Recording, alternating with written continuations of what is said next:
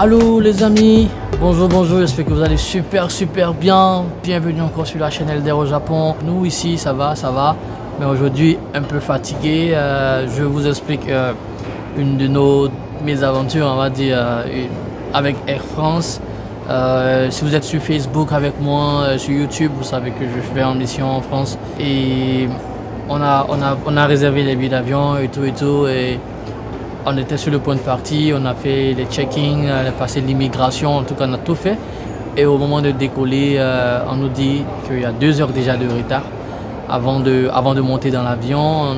C'était prévu pour 10 heures, donc on nous dit on décolle à midi. À midi, on nous dit après, les techniciens sont en train de travailler sur le moteur, un truc comme ça. Du coup, on va décoller à 14 heures environ. Et à 15 heures, on nous dit non, c'est plus possible, le vol est annulé.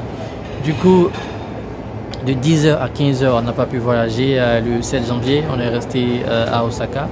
Et donc à 15 heures maintenant, Air France est en train de prendre toutes les dispositions pour qu'on puisse voyager. C'était le 7. Aujourd'hui où je parle maintenant, c'est le 8. Et rapidement, ils ont trouvé un hôtel dans le Japon pour tous les passagers. Un bon hôtel, entre parenthèses, c'est la parenthèse, un très bon hôtel. Et où on a passé la nuit. Et donc aujourd'hui c'est le 8 janvier au moment de faire cette vidéo et je suis pas encore allé en France, je suis toujours au Japon. Et ce matin très tôt, le vol qu'on devait prendre, celui qu'on a manqué hier, apparemment tout devait être bon. Et on devait prendre le vol le 8 à 8 h du matin. Et ce matin on s'est tous levés autour de 5 h du mat pour être à l'aéroport. Et tout le monde, tous les passagers à notre réveil, on a vu une notice, une information sur la porte, au seuil de la porte de chaque chambre, qui nous dit que le vol de 8 h est reporté à 17 h, le 8 janvier de 8 h à 17 h. Du coup, moi j'ai une réunion déjà en France le 8, 9 et 10. Je ne peux pas faire la réunion le 8, je voyage le 8, c'est annulé. On pensait qu'on allait pouvoir faire ça le 9 et 10. Je vais à Nice. Du coup, si j'arrive à Nice le 9 ou le 10. Donc, c'est mort quoi. Je vais juste pour saluer les gens pour retourner. Du coup, c'est pas faisable. Voilà, c'est pas faisable si on doit prendre le vol à 17 h. Voilà.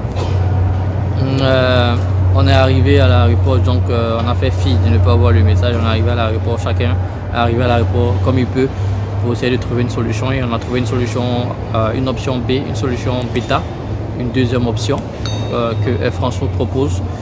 Donc d'Osaka, on va plus directement à Charles de Gaulle. On va d'abord à Tokyo, à la capitale. Et puis là-bas, on va prendre le vol qui va en France directement.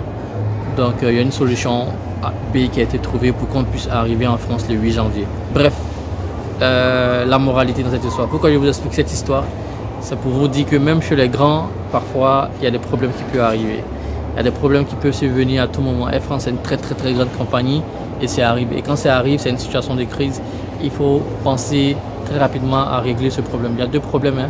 Il y a le problème déjà des passagers qui sont là, qui ont manqué leur vol, qui ont raté leur rendez-vous.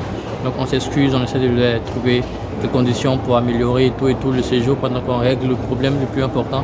C'est le problème de l'avion. Il paraît que c'était une panne moteur, un des moteurs avait un problème. Du coup, on ne peut pas monter dans un avion qui a un problème, c'est plus risqué, c'est plus dangereux. Donc même le grand Air France, il a 2 problèmes et c'est arrivé, c'était pas prévu. Donc voilà pourquoi il faut, comment dire, l'anticipation. Dans vos business, quand vous partez à l'école, quand vous étudiez, tout ce que vous faites, essayez d'anticiper. Dites-vous qu'il y a l'incertain certain. Il y a un truc qui est incertain qui sera certain.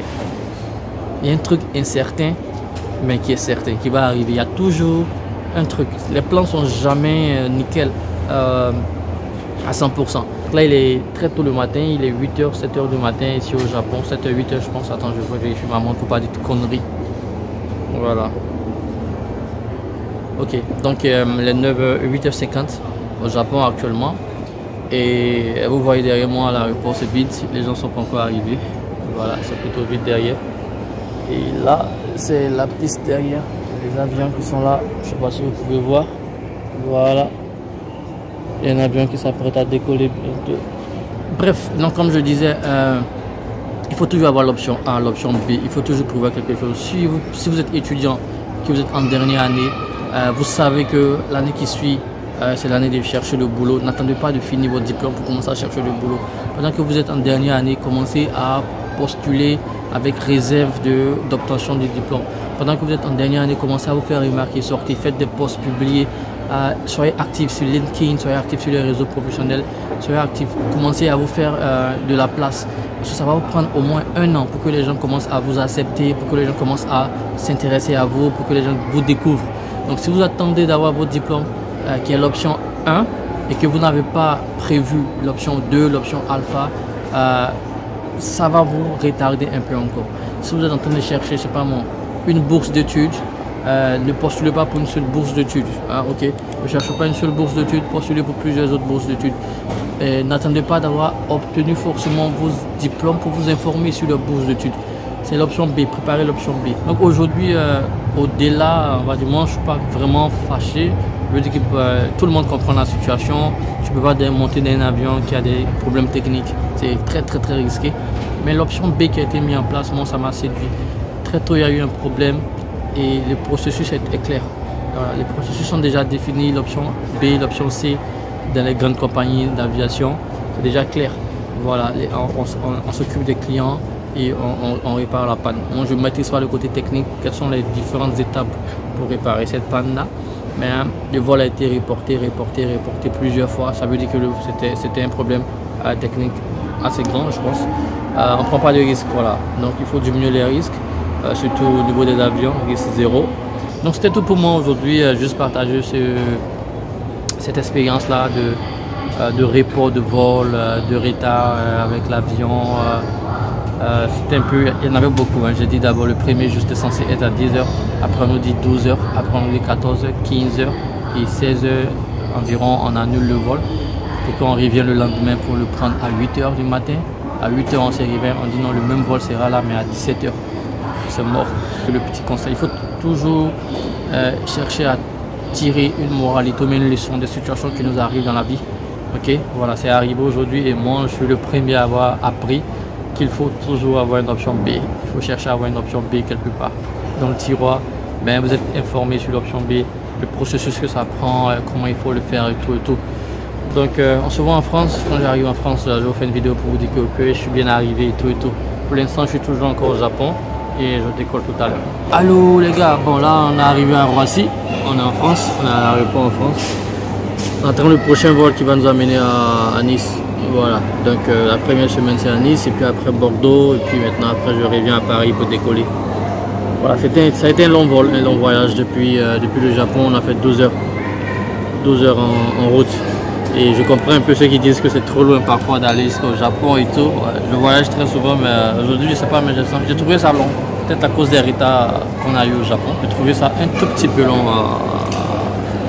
comparé à d'habitude. Peut-être on a fait 13 heures, je sais pas. Bon bref, on est là et on va commencer le boulot. On est venu pour le travail, on travaille d'abord et puis après on s'amuse. Ok les amis, là voilà, je suis arrivé à Nice tout fatigué. Là on rentre directement à l'hôtel comme ça. Voilà, on va chercher un taxi rapidement pour entrer avec mon collègue.